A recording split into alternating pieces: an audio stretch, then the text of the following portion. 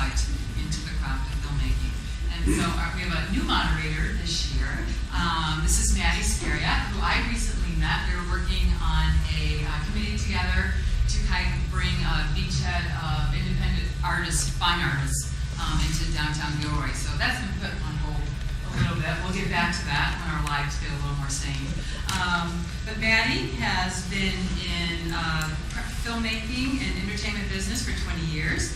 She and her husband have made 2 feature films, and they've made a short, which we hope to see here next year. And Maddie is the president of the Gilroy Arts Alliance, and she's working with the city council there as well as other public officials to bring a arts center to downtown Gilroy.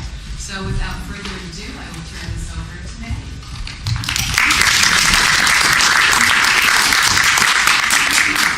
Okay, I think we should start off with maybe everyone introducing themselves and just telling us a little bit about you. I know it's going to be hard, so we have an incredible long history in the film industry, so I'll leave it, start with you. Hi. Hello. Carrie Esther Albert. I am a film producer. I was a studio executive at Universal and Geffen. I worked at USA Network, production office coordinator, and some films I've worked on as a producer include The Truth About Cats and Dogs for Fox, and Heart and Souls, and a Lifetime movie, Love is Strange. I'm currently involved in a movie about a child soldier of the Sudan, Emmanuel Jal. His album has just been released, War Child, and his documentary of the same name, and he's about to have a book come out, also by the same name. We're working on a feature-length narrative version of that story, and also working on a story based on a New Yorker article, true story, FBI, and an FBI agent and a hitman for the mob, who basically come together to prosecute a war for control of a top New York mafia family. So, and then I'm working on several different comedies, thrillers, and other true life stories. So I have a kind of eclectic interest, which I think to some degree comes from the studio background. Please hold the microphone closer to you. Like this. My name is Kim Edelman, and my very first job out of college was working for an executive at 20th Century Fox named Susan Kartsonis, who is a friend of this festival, and that's why I'm here, and that's how I know a lot of these people too, because Susan is very good to her friends and keeps in touch with everybody. So I come from a studio background in that sense of that was my very first job, but then I quickly got out of that and went and did theater producing, and then produced an independent film that a friend of mine financed, and she was the director on, and I was basically a glorified PA, but I was called a producer. And then as a result of theater producing, a husband of one of the actresses in it worked for a cable network. It was actually also at Fox, a fabulous channel called Fox Movie Channel, where they only show movies from Fox. And so they have a lot of time to fill in between. And a term I had never learned before then working there is called interstitial material. And so it was interstitial in between the movies. We made short films to go on the channel. So as a result of that, I made 19 short films, toured around the festival circuit, learned a lot about short filmmaking, and thus became an expert on short films. So I have written a book called The Ultimate Filmmaker's Guide to Short Films. I teach short filmmaking at UCLA, and I cover short films for IndieWire, which is an independent film news reporting system. So little miss short films.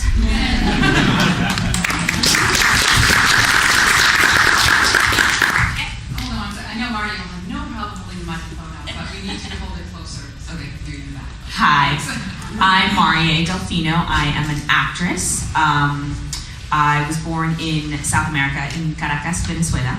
Spanish is my first language. I have been acting for 8.5 years. My first job was a series regular on NBC's All About Us. I don't know if you guys have seen those Saturday morning gigs. No, I was not a cartoon. And I did one of those for a year, and then I had recurring on Boston Public. I've done studio films. I was a lead in Jeepers Creepers 2.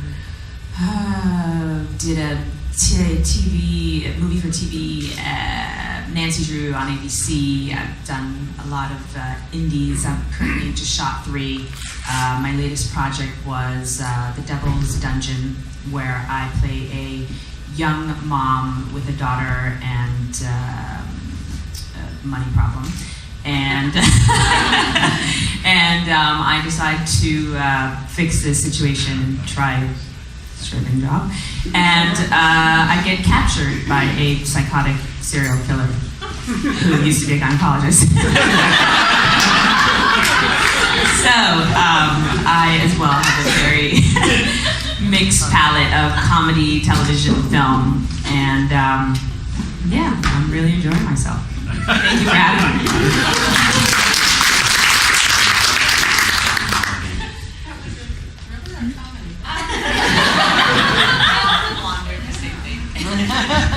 Hi, I'm Jane Goldenring, and I've been doing this for a long time, actually. I actually started out in Washington, D.C. as a legislative assistant to a congressman who became a senator, Chris Dodd from Connecticut.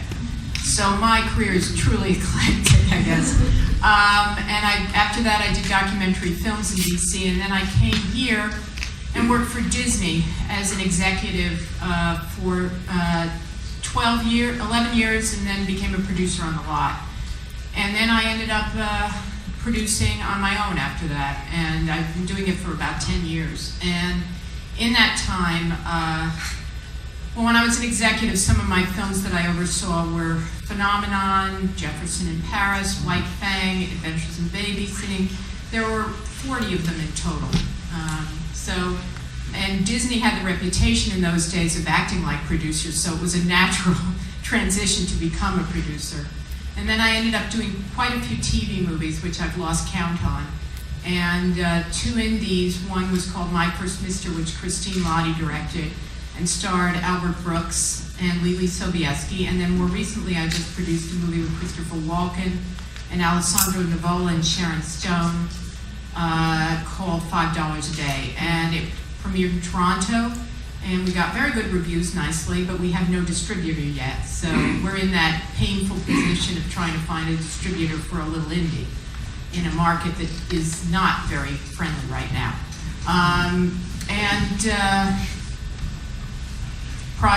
Different projects, all different kinds like Carrie. I have, for me, everything is about the story. So I go from romantic comedies to dramas to true stories to thrillers, no horror, sorry. Psychological horror, I like that. I just don't like, well, anyway. So that's my life story, so thank you.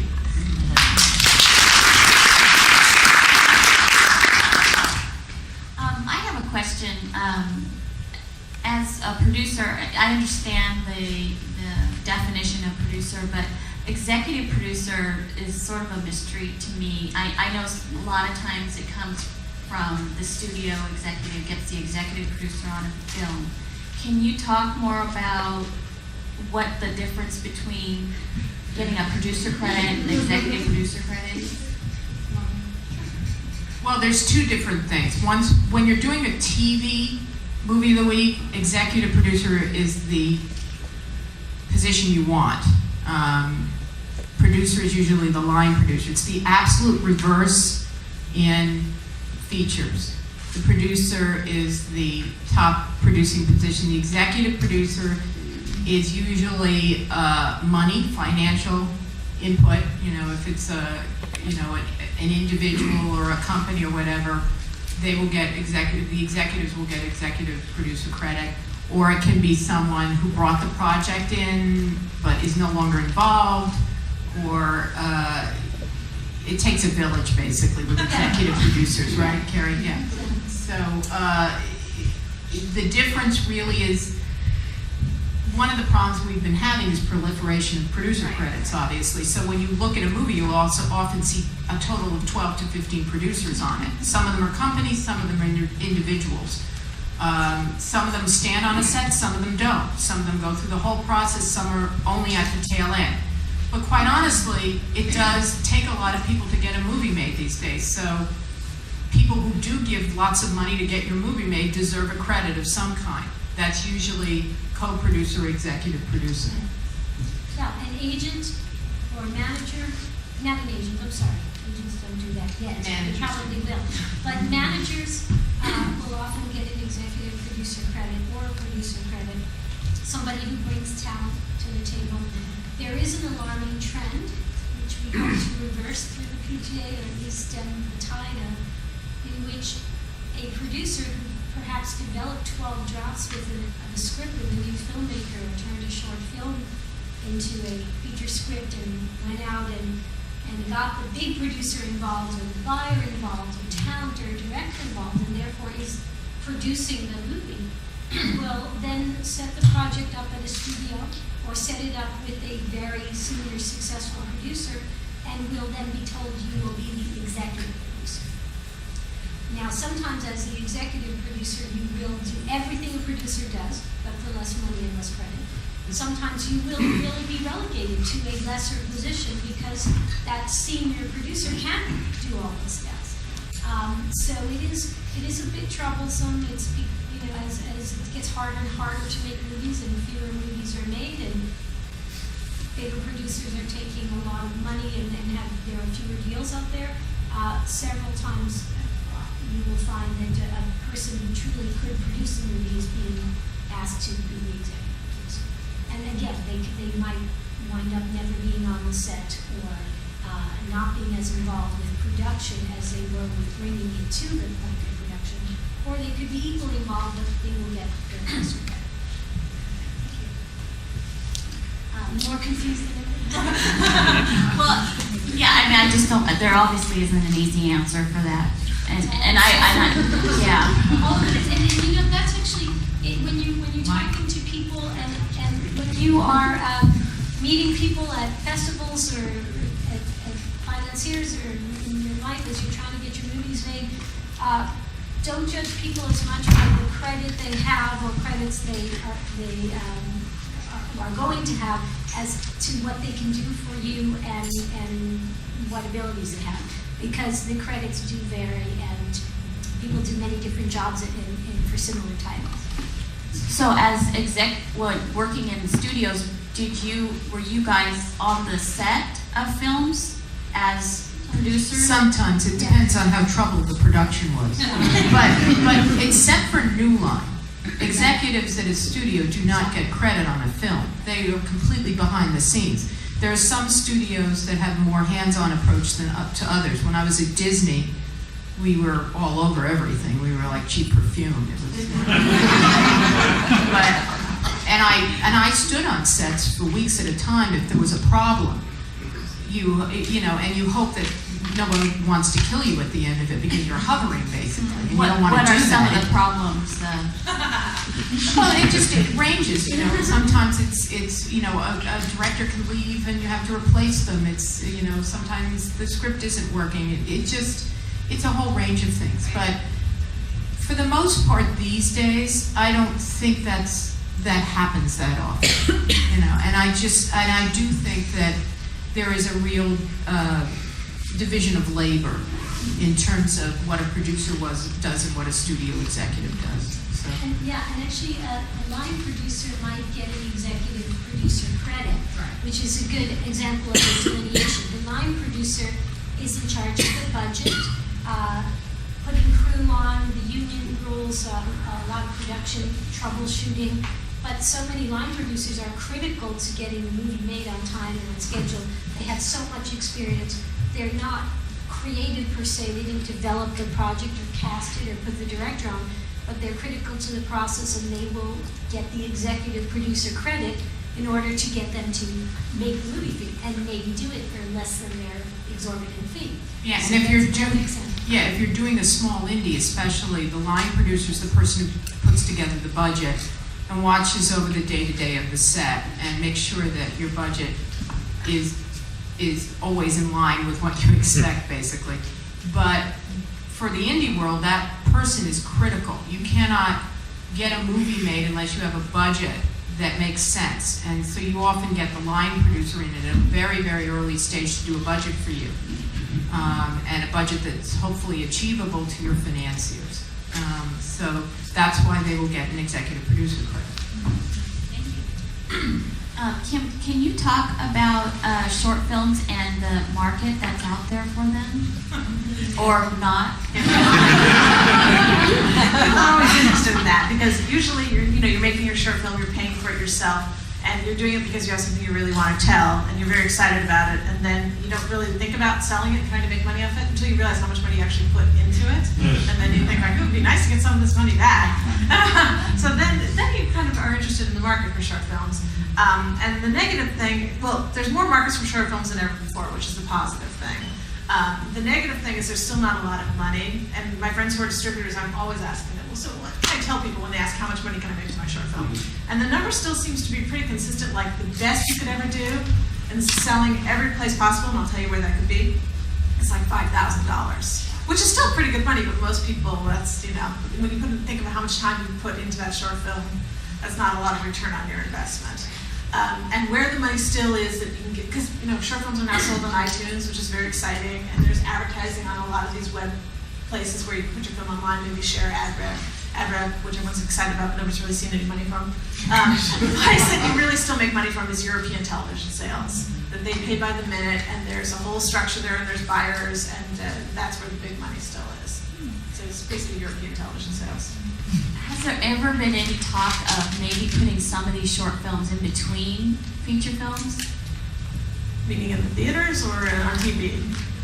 Because Well, both theaters or television. In cable, there used to be a market in the U.S. for Sundance Channel. Actually, we were talking about like Here TV. There's a lot of cable channels that say they're interested in short films. There's not a lot of money in it. Back when Sundance used to buy short films, they would ask for 2 years domestic exclusive. That means you can't sell it to anybody else for television in the United States for $1,000. Which again is good money considering, it's adding to your $5,000 total, but still $1,000, and you can't sell anyone else for a year. And now even Sundance doesn't buy as many because they want, it's called interstitial programming, as I said, the stuff that goes in between movies, and they'd rather use that time to promote their own series, promote movies that are coming out in theaters, things that are more current and coherent than short films. So the market domestically, television sales is really small. So that's the kind of, but theatrically, same argument, because when we made the short films for Fox, I was like, why can't we put them in the theaters?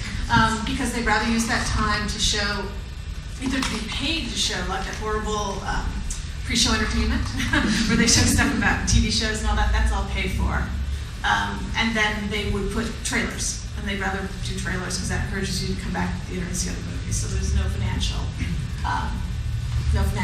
reason for them to show in theaters. Mariah, can you talk a little bit about your process that you go through as an actress? For films and television, is it the same, or and how you deal with directors and things like that? Well, I think every experience is different, obviously, and so much has to do with your chemistry with the director and even the role in the project. I mean, for myself, I've studied for what seems forever, acting, and the best thing that I learned was this: my acting teacher, my mentor, my guru, whatever you want to call him. He would always say to me, the first time he said it to me, I was a very eager student. I wanted to do really well, and I was asking him a question of what choice should I make, what should I do, and he says to me, "All right, kid, I'll tell you what you do. You take these sides." I'm like, okay, I take the sides. You take it with you into the bathroom. I'm like, okay. I take it into the bathroom. Pull down your pants. I thought, oh my God, this is, and you dribble a little piss on it. So basically what he was trying to tell me in his way was, don't take it so seriously. Make a choice. Go with it. Go with your instincts. Enjoy. I did memorize my lines before I peed on the but yeah, I mean, I think that acting is and certain art forms, and yes, there's things and there's a certain method, but the most important thing, I think, is singing from the heart, acting from the heart, and you kind of, I look at the character, I see, what the scenario is, and then learn my lines, and then you just gotta go for it and put yourself in the situation and live it and not be in your head. And I think a lot of these acting schools and theories, and they just get you in your head. Yeah. And I think it's important to deliver something that's real, that's visceral, so the audience can relate, have an experience as well. I have a friend that I'm working with. His name's Dennis Sakamoto, and he's worked with a lot of feature films and things like that. And his view is that the camera cannot tell a lie. It's not going to help you. Whatever you are doing on camera, it's going to record it. Yes. So wherever you are in your head, whatever you're saying, that's what it records. It's not nice. It's not going to help you cry or anything. It's just No. going to record what's in front of it. Whatever you're feeling, that's what it's going to record. That's what it's going to record. Absolutely. And, there's techniques, absolutely. I'm not one for sense memory, but certain things you can use it. If you are experiencing some sort of pain, or my last movie with the gynecologist where I'm being tortured, I had to go into some sense memory so I can really be detailed about where the pain is starting and where it's carrying through. As far as like emotional scenes, people always ask me a lot about that. Well, how do you cry take after take? How do you do it? And sometimes it's a technique called assume the position. And basically it's a belief that if you start the physical action, the emotion will follow. So if I'm having a hard time crying, just to start to make the sounds and to get into the position and the grimaces, and tears do come and you do cry. So there are little things here and there, but in the end you just gotta have your objective, and I have to talk to you and deal with you in the moment, or you, and the camera will read it. Well, also you're meeting people sometimes for the first time, and you have to have a connection with them right away, and that must be very difficult too. It can be tough. I think the toughest is when you get to the casting director that does this the whole time and they never look at you. That's a little bit difficult, because you gotta make it up. But even if they're really boring and just staring at you blankly, but reading the lines, you have eyes, you have a face, you have a human in front of you, so you just have to project. Sometimes I think, all right, I'm gonna use my mother right now and just look at those eyes, and get really angry. So yeah, it helps. It's you have to give attributes. Sometimes you have to act with a chair. You got to be able to do that. Does anyone in the audience have any question for any of the panelists? No. Talking about producer, executive producer, where does the showrunner play into all of this? Is that more of a creative? That's Just for television. Yeah. And television, the showrunner is typically a senior writer producer who's worked his or her way up the ranks and has the capacity to run the show, run the writer's room, and overall casting, production, post-production, all of the above. You will have a situation, is it Shonda Rhimes on Grey's Anatomy? She created this show. She was a feature writer. She created this show. She was partnered with non-writing showrunners, let's say, and then some writing co-executive producers / showrunners. She's such a natural. She was so good at it. Before you knew it, she was running everything from wardrobe to post, casting, et cetera, et cetera, et cetera. And so it's a lot of work, and then she organically got into the position. Typically, you spend a lot of time working up to that position. So even if you create a show, and you're the executive producer created by, you will frequently be partnered with a showrunner, somebody who's already established in that position. So it's a big position. Yeah, what you have to know is that doing a TV show is one of the most grueling things you can do. And they're not usually willing to entrust that to someone who hasn't ever done it before, because you're on such a really short schedule on most of these shows. And you have to put them together on a very short leash and often a short budget. So you really need people who have done it before, who are pros at it, to pair with the people who have the more creative been in terms of the writing and the directing even. So. This is, since we're women in film, can you talk a little bit about, any of you, the difficulty or the part of getting into the becoming successful in your positions and the difficulty, and maybe talk a little bit about how much it's changed or what hasn't changed that needs to change? Well, what's changed is, I know Jane, I probably feel this way too, but certainly when I started out, I was frequently the one woman in the room. And now there are many, many women in the room, particularly in the executive ranks. There was Sherry Lansing and Dawn Still running studios, and then Lisa Hansen for a minute, and now there's Amy Bear and Amy Pascal and Stacy Snyder and Mary Parent and Debbie Liebling. There are many people doing that. So things have improved, particularly in the executive ranks.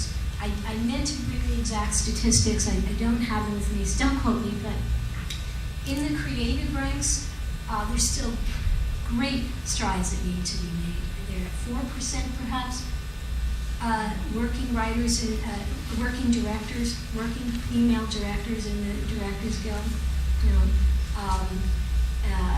Maybe 16%, I want to say 16% women steady working feature writers. So those are issues. There are many, many talented women directors and writers, and frankly even line producers and cinematographers and people in many of the different creative capacities and the below the line production capacities that are not really representative of our numbers or our abilities. I do think it's changing, it's evolving, certainly as digital and internet and broadband and mobisodes, et cetera, as the avenues of and the ability to make film and make art for less money and to reach a larger audience increase. I think so will the process democratize somewhat for women and everybody else, but there's still a significant and unnecessary disparity between talent in numbers and representation. Do you know how many women have been nominated for directing an Academy Award? Nominated for an Academy Award for directing film in the history of the Academy Award? How many? Sophia Coppola, one. She's the only American. There have been 3 total, but she's the only American. So, no, she's not nominated for directing. No, that was just for. So it's like that's kind of shocking. But the answer is you're absolutely right. There's so many more women who are directing now, and especially in short films where you don't have to be empowered by anybody else. You can just say to yourself, I'm going to be directing. There are tons of women directing short films. There's a ton of women in animation, actually, which is kind of neat. And then, of course, documentary. There are a ton of women directors in documentary. So it just depends on, how, and in television, there's women directors in television, too. Yes, So, when I say tons, as you said, the statistics are not so great, but there are a lot of working women, which is really exciting. Well. Go ahead. Oh, okay. Well, I thought we were taking. Women directors. Yes, I have worked with women directors. The short film that was actually here in this festival last year that I came here with was with a female director. She was originally an editor, and she was a very accomplished editor. She'd done Bram Stoker's Dracula, I think Tumbleweeds, a film with Jack Nicholson. She'd done quite a few things, and she was amazing to work with. I think that's the only female director, though, that I've worked with. They've all been males. As far as acting, it's an interesting thing. It's a little bit different, especially with Sex and the City and this whole boy toy kind of thing. I think men get a little bit more of that sort of, I don't know what to call it, treated like a piece of meat kind of thing that goes on. I think you would hear the whole term, the casting couch and that sort of thing. And I believe I've never had any kind of experience with that, but it's an antiquated thing. I think actors are more protected, and I think, fortunately, men are more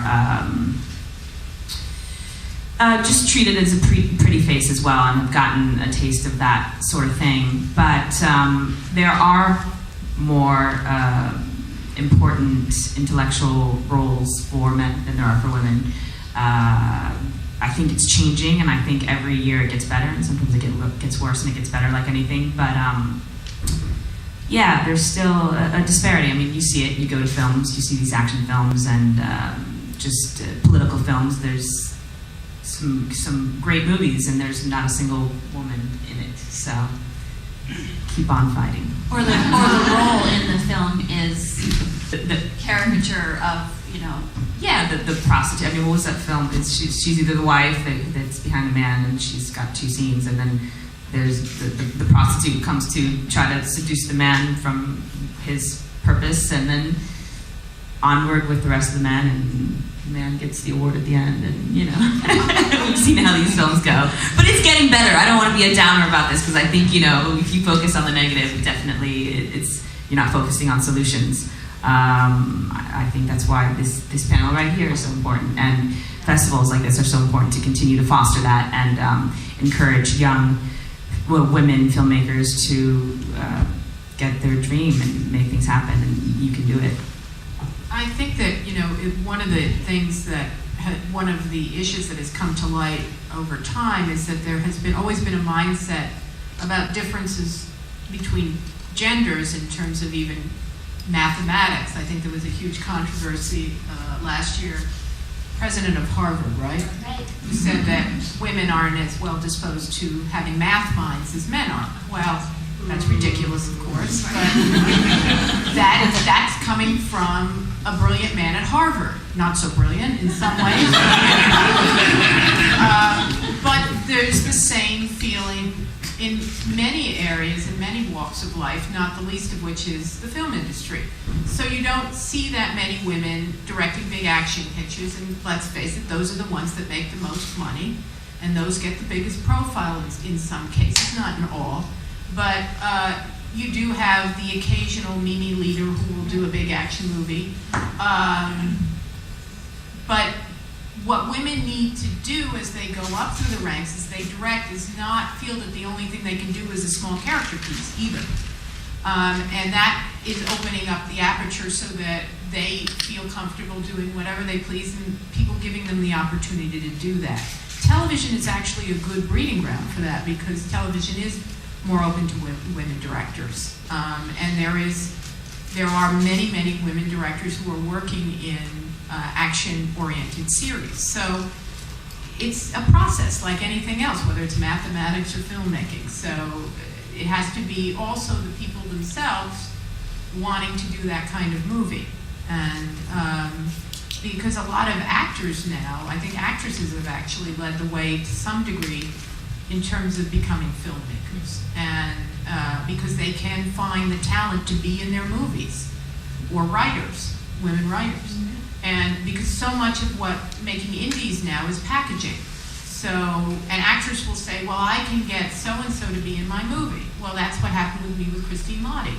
She wanted to do this script I had, which was written by a woman writer, and she said, I can get a great actor to play the lead, and she got Albert Brooks. So, that's the way we got our movie made, quite honestly. And Christine turned out to be a terrific director. But she had that ability. Not everyone has that ability, and truthfully, as difficult as it is today to make a movie, it's a leg up.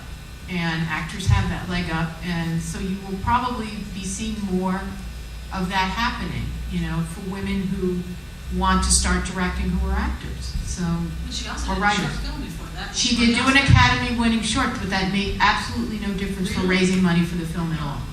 None. So, made zip difference. So, it was nice, but,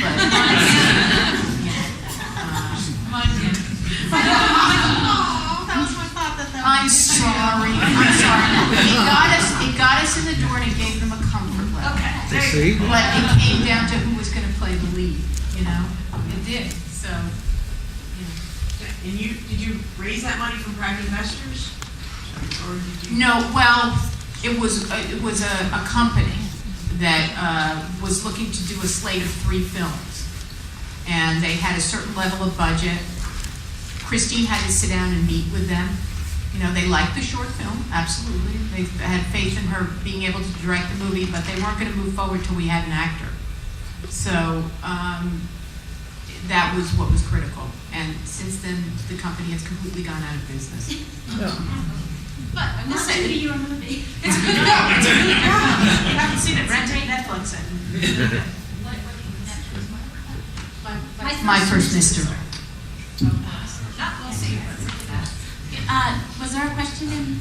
Actually, Jay touched on, but maybe we could talk further. How much is, sort of Hollywood's short-sightedness as to what content sells? It's a very male-dominated type of content plays into how you actually sell and how that affects how women participate in making films. Big time. Well, I mean, it's also what sells to teenage boys. Oh, teenage So- girls. Well, teenage girls to some degree, yeah, because if you look at the Twilight movie, that's what they're hoping for. Female director. Yeah, and a female director. Yeah, exactly. You gotta wait So for there it. you go, and that's an action-oriented piece to some degree. So, things are happening differently, but it's still that 18 to 25, 6-year-old group that will be the repetitive ticket buyers. And that's what they like. If you were a studio executive, you don't want a 60-year-old person going once and never going back again for a year. You want that returning crowd, and they like a certain kind of movie. Now, that isn't to say that that person isn't going to Juno, isn't going to go to, Go see Spider-Man right away. yeah, well, no, what's the one with the VW bus? Yeah. Thank you. Thank you. Thank you, charades. You can't be so condescending and patronizing as to think that that's why studios make a variety of movies for the most part. They'll do the big blockbusters and they'll do 2 or 3 of the mid-range movies. And they'll leave it to their independent divisions, the few that are left, to do the independent movies or pick up the ones that enterprising people make on their own. So, The whole thing that they're always trying to target these teenage boys, and I never really believed that. And then I worked on a reality TV show where I had to talk to teenage boys all the time about what they did on the weekend. And every single one of them, they went to the movies on Friday night, they went to the movies on Saturday night. I was like, it's true. Teenage boys do go, and they go right away to see them, and they'll see them twice in the weekend. So Hollywood is not wrong in targeting that audience. But even more so than teenage girls. Yeah, it was really shocking to me. Although I have my 2 boys, I have an 11 and 12-year-old, and they have friends that go to the movies to see the girls at the movies. I mean, they don't want to see, High School Musical 3, but the girls are going to go see High School Musical 3, so that they're going to go to High School Musical 3. that's the date movie Women over 25 who want to go see a female-oriented movie are busy. They're working, they're mothers, they have responsibilities, they're discerning, they're frequently review-driven. Box office success for a studio is about opening weekend. That's when the largest percentage of the box office will come to the studio. It helps determine how long the movie stays in the studio and what all the ancillary monies splits are for the movies. So again, as Jaden said, it's not. It's good. It's smart thinking on some level on financiers' part to say, well, who can we get into the theater frequently and with the absolute least level of discrimination as possible. And nonetheless, there are, as we all know, very big hits for the discerning female audience, for the family audience, for the teenage girl audience. Okay, I'm not even going to try, but Bring It On and Freaky Friday and lots of successful young girl. Sorry? Thank you, Susan Cartson.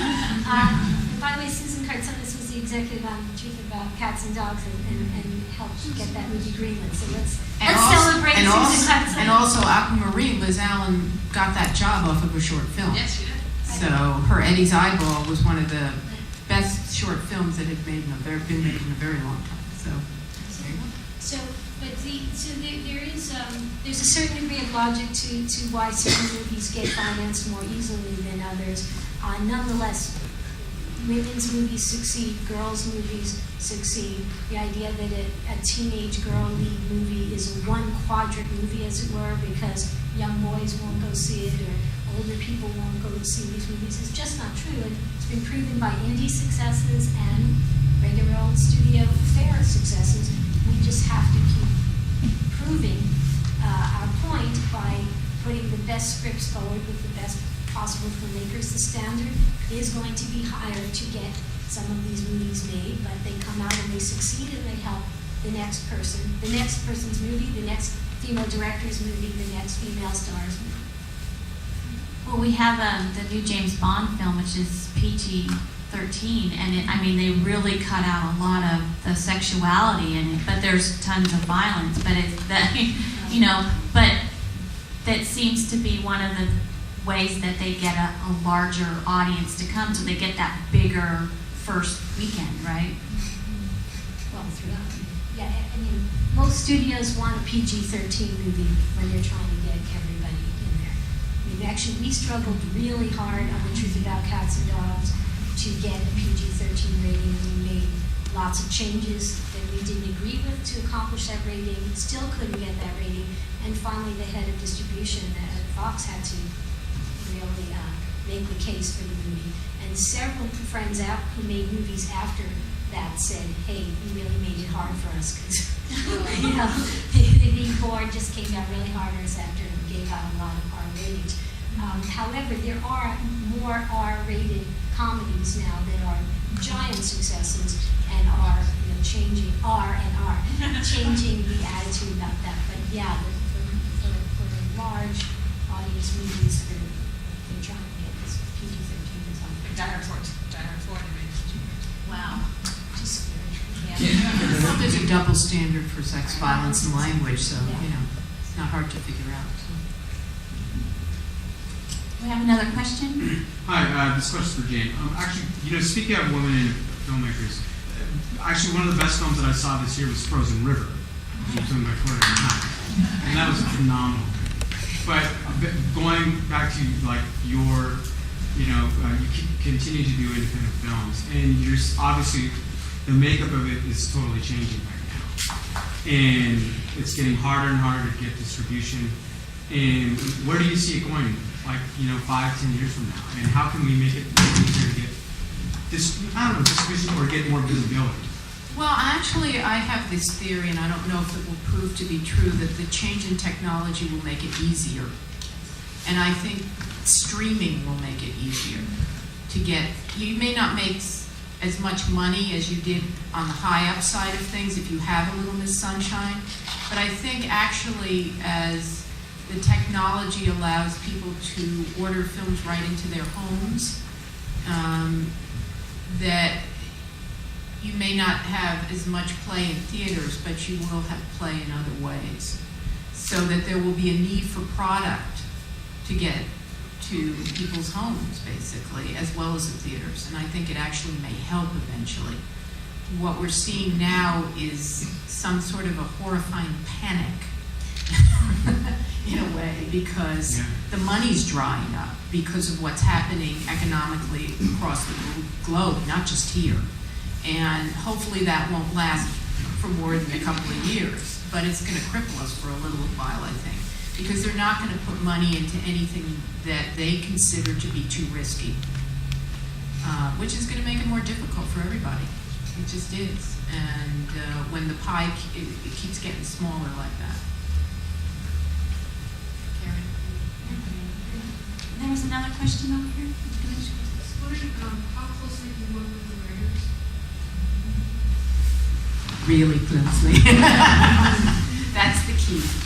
There's nothing if you don't have a script. So for me, it's everything. Getting the right writer, if an idea comes to you through a writer, getting it done in the way that makes it the best that it can be, and it can take years. It's not a short process usually. It's a miracle if you get something finished and polished in less than a year.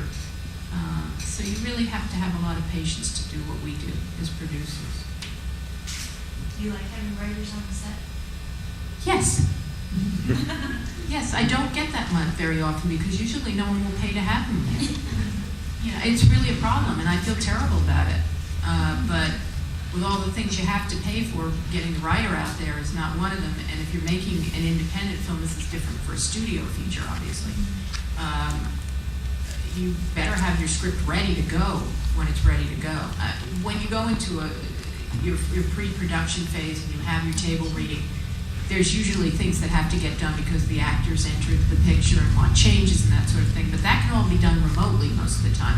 What you'd like is to have your writer there at the table reading so he can make or she can make the changes right there. Again, it doesn't happen that often, and it should. And it's very rare in TV, for example, for the writer, unless they're a producer too, to be at a table reading anywhere for you doing a TV movie of the week. Obviously, for series, it's totally different. But writers are an asset. You know, they make the words. But do you only have, I've worked with a writer on one of our sets, and it gets kind of difficult sometimes when you want to change something, and they're really adamant about their words. It can get difficult. It can definitely get difficult. It depends on the writer. I mean, I've usually worked with writers who get it. Right. If you're working with writers who are not used to this happening and the way things happen on a set, they can definitely freak out on you. And you don't want them freaking out around your actors, that's for sure. So, but I haven't actually had that happen. I've been lucky, I think. You probably But work they with get it. professionals. Well, they're professionals. If they're professionals, they get annoyed with me, but they don't say anything where they can harm the process. Right. They'll whine to me behind the scenes.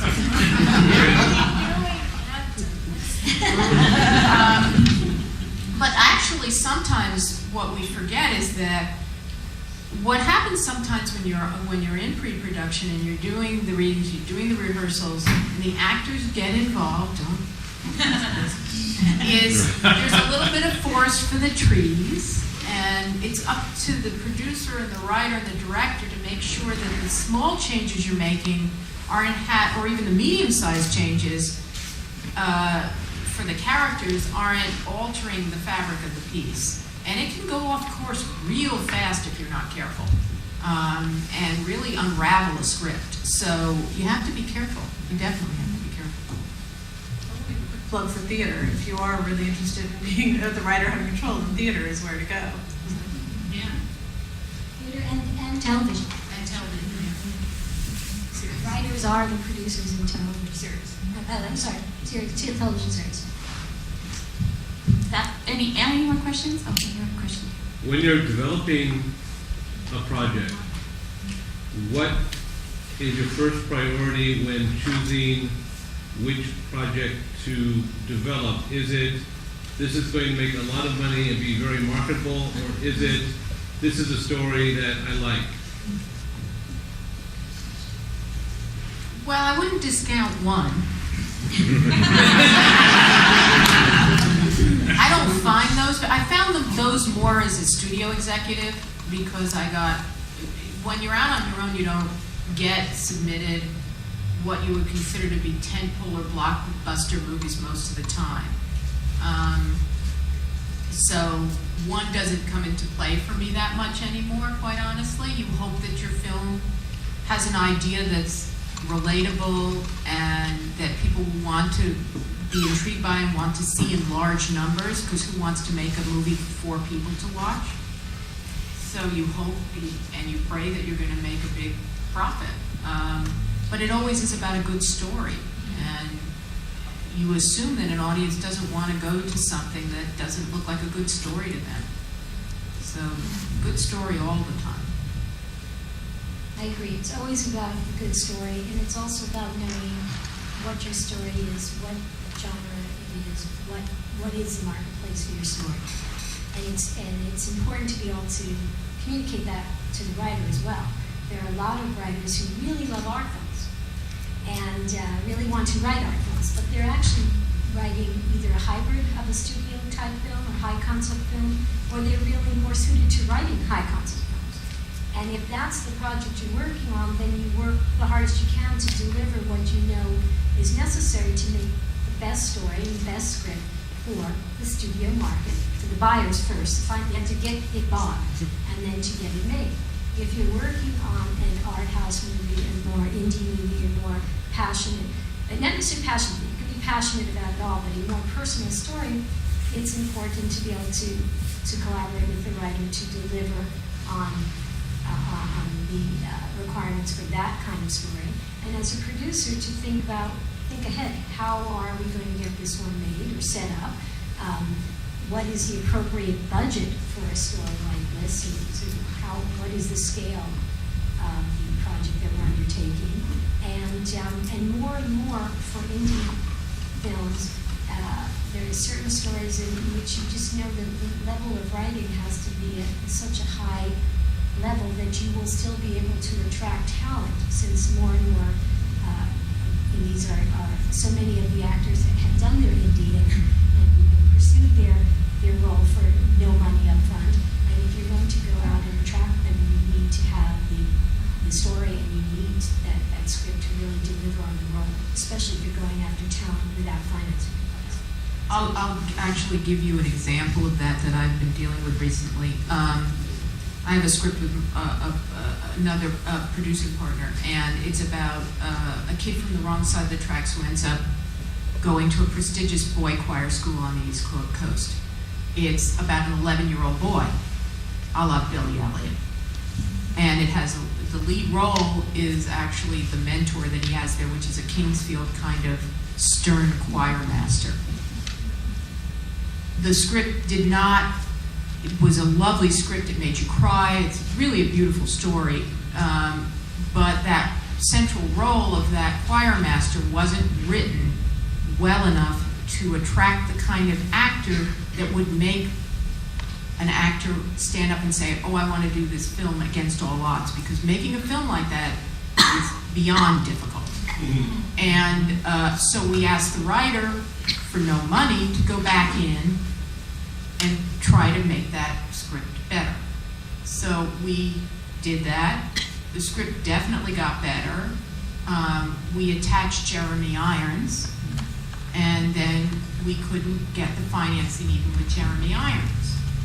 So, now we're going back in again. He's doing a play for a year, so he's not available, and we have to find, a way to make this package work for us. But again, it's about fashioning a role that is eminently castable, so that you can go to a financier and say, oh, I'll get Russell Crowe to do this, because he loves to sing. You try anything, really. So, it just depends on what the project is, but it is about, it does come down to the writer, really, doing his job or her job for you. That's a quick question, because when we were doing the Q&As earlier today, a lot of people were asking, well, how do you break into get to actors so that you can finance it? How do you get to producers? What's the next step if you have a feature script that you want to try to do independently? No, I'm asking. Mouthpiece for you all. I'll start. You start. You've already started. Your short films, you come to festivals, you enter your scripts in competitions. So competitions are worthwhile. Oh, absolutely. I am working with 3 writers from the Big Bear Screenplay competition from various years. I'm working with 2 directors from the film festival, and various other people I've met in that way. You want to network. You want to meet as many of the professionals who attend these events if you are attending them. You want to choose. If you can afford to enter many competitions and festivals, great. If you need to be more discerning, you want to know who's on the panel, who's reading your script, who's the juror for your film. So that those are ways to get out there and start meeting people if you have no contacts at all. But you'll be surprised that you have more contacts than you think when you start this process. write a list of everybody you know and who everybody they know. Everybody from your alumni society, college, high school, your hairstylist who worked on a commercial with an actress who went on to becoming a film star. I mean, I'm really serious. Make your lists and expand them twice and check them 4 times, and you reach out and reach out and reach out. And if you can only get to an assistant or the friend of the assistant, we were all assistants, we were all juniors, we were all somebody once, and those people are going to work even harder for you because your success leads to their success. So that's part of the process. Competitions, festivals, seminars, extension classes. Obviously, we all know about the film school if you're interested in that. Working on larger productions, if that interests you in whatever capacity that you work in. Lined query letters to agents, to managers, to producers, to studios, studio executives. Very, very hard. You'll make 100 calls, you write 100 letters, you won't hear from anybody, or you may. But I do know, and I've seen it happen experientially, that if you put that effort out there, it will come back to you in some way. And you don't do it all at once, you do it over time so you don't exhaust yourself. But you also, you can target now. There's so much information out there. When you are in these venues and or you do win a competition or at least get into a screenplay competition or a short film competition, you can say, if you like this, by the way, I have the feature version of it. And, I've already done my part, now I'll give you the next part. And seminars on financing, seminars on tax incentives, state by state. Any place you can go to reach out to professionals and again, do your research and make sure there are people who might be of interest and value to the kind of work that you're doing. That's how you do it and what you have to do, and it does work. It ultimately works. Persistence is much more important than talent. Talent's good.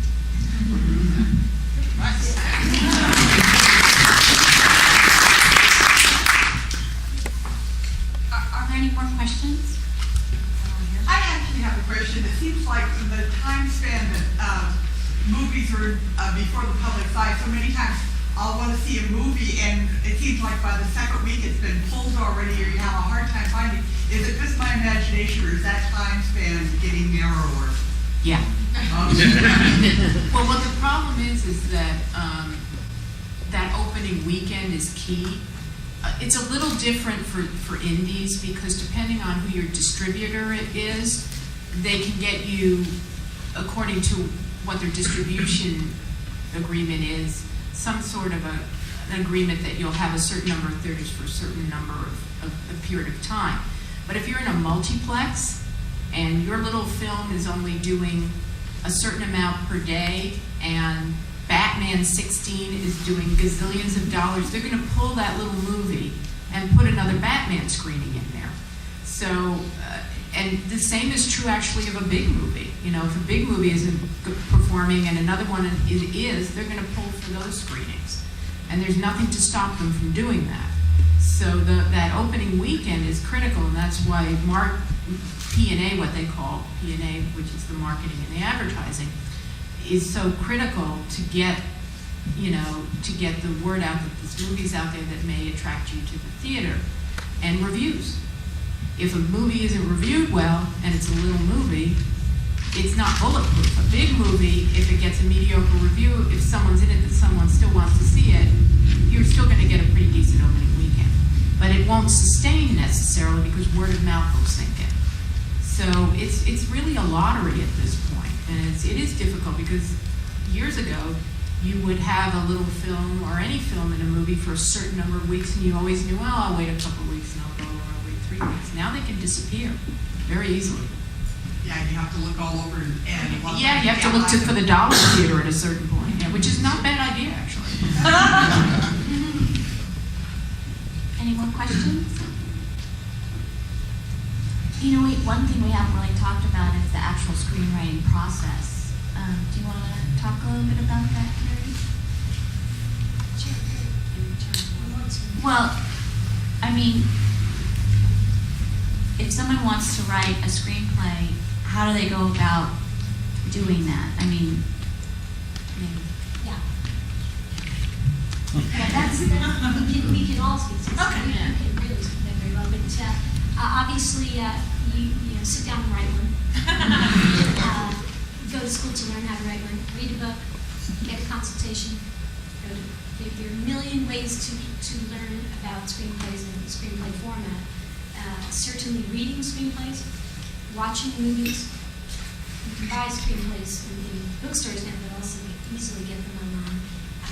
And you can read the screenplay and watch the movie, and you learn a lot about the format, but also about how things evolve from screenplay to finished movie.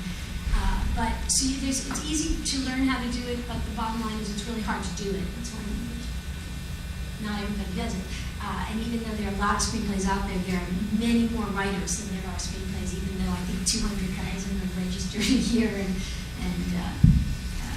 maybe less selling names get made. But in any event, you got to write.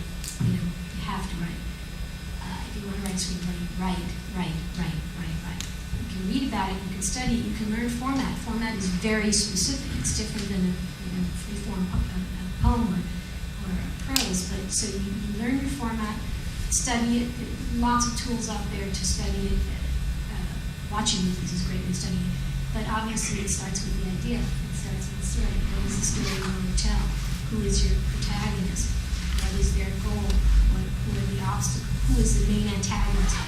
What is the goal they have to accomplish? How is that going to play out in increasing tension and suspension from the 3-act structure? So this is a much longer conversation. but there are a lot of resources if you want to learn the actual the format and how to structure a screenplay. Nobody can give you the idea. Nobody can teach you how to that's something you can't even learn now. But anyway, but the bottom line is, so there are all kinds of tools out there. There are people, there are classes, there are books, but mainly you have to sit down and do it, and start with what do you really want to say? Who do you really want to talk about? What do you want to say? What matters to you? What are you passionate about?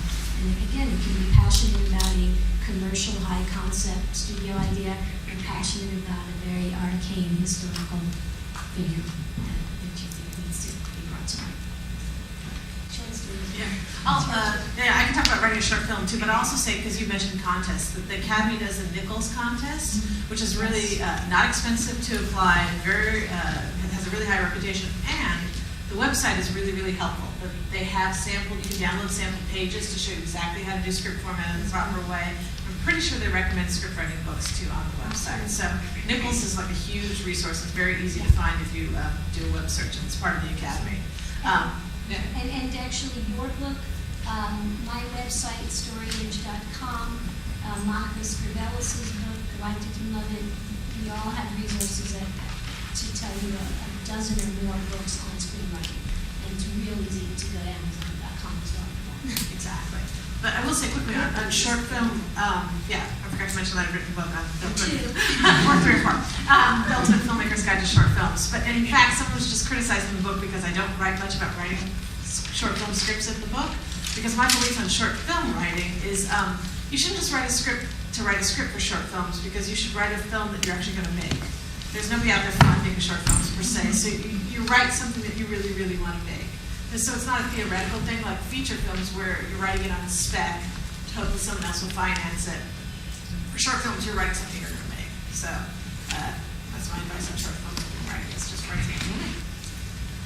I think actors actually make really good writers. I will say that. There are quite a few screenwriters who are former actors. And I think all of it translates because you think a lot in terms of character and dialogue. My sister is an actress as well, and she has written 3 pilots for television for ABC Family, and they were commissioned by. It was commissioned by ABC. She got paid for it. Unfortunately, they didn't end up getting made. It's a process. She's working on another one, but because of being an actress and being an actress for such a long time, she feels she's able to do this. She also writes music, so the combination of the two really helped. I am. I'm tempted, and I actually wrote a pilot, and same kind of things. I had some interest in it, and then it sort of fizzled, and too much writing, too much input, too many people, producers saying, "No, you got to change this, you got to change that." But I personally, I think I prefer acting. I'm a people-based person. I'm a ham. I like getting up in front of people and doing things. But yeah, when I'm in my room, I start to feel lonely.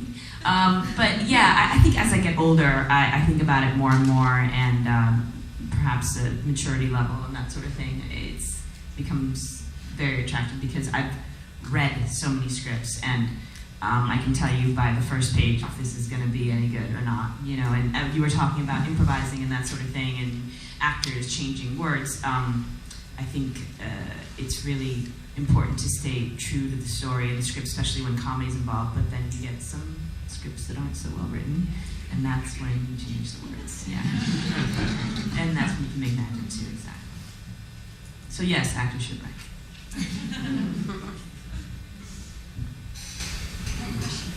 Yeah, what's the best and worst part about each of your jobs?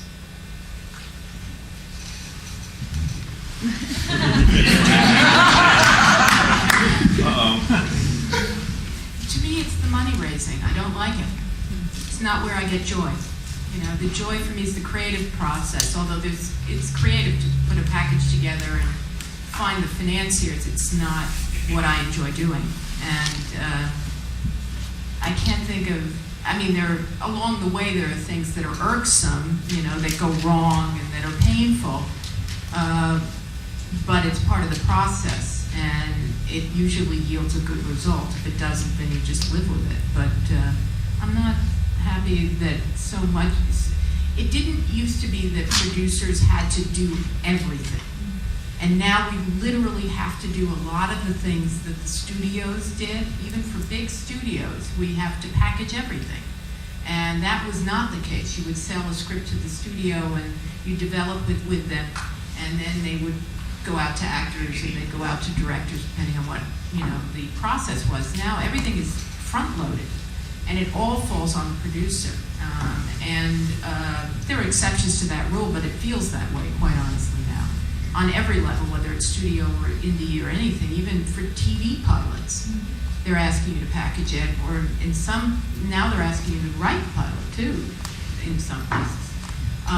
So for me, it's that place where you have a great script and you have to package it, but now it's everything, and you have to go find financing, you have to cobble it together, and you have to deal with equity funds, and you have to make sure the money's in escrow, and it's a nightmare.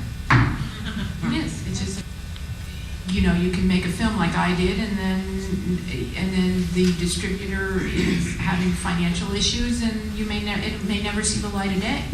So it's frustrating, quite honestly. So for me, that would be it. The best part, I would say, about what I do is the creative process, and even mixed a little bit with the business aspect of it. Down from the audition to the callback to the table read, going on set, even the setbacks that happen on set and the drama. It's still a wonderful experience. I love every second I'm doing it, even when I'm questioning, why am I doing this again? I still love it. Down to seeing yourself, 3 months later and seeing the finished product. The most difficult part that I really don't like is dealing with agents. Really, it's a very uncomfortable relationship. It is. I don't know if there's any agents out there. I apologize. Because you help us get the job. It's so important, the role of the agent, but it's, I hate going in there. It's just an awkward relationship because you're both the boss in a certain way, and it's no fun. So yeah, I love what I do. That's a good way of putting it, that you're both the boss. Yeah. And both have expectations. Well, people always ask me, don't you want to go back to feature films? And I love short films. So the best part of short films is that every year there's so many short films being made, like over 5,000 people submit short films to Sundance. But every year I could list off for you, which I do for IndieWire, at least 50 short films that are amazing. And you can't say that about features. It's a rare time. I can maybe list off for you 10 feature films that I There's so many great short films being made out there, primarily because we get to make them. You know, we don't have all these headaches. You just go out and make them, and there you go. So that's what's so great about short film. And then the negative thing is, of course, there's no money. Always comes down to money. Everything Jane said, and basically, the best part is the story, taking from idea to fruition. It's just a great part, even when it's frustrating. And every day on the set, no matter the worst, most horrible day on the set, being in production, seeing the film go through the camera, those two parts are great. Everything in between is tough. Well, I want to thank you all, and I think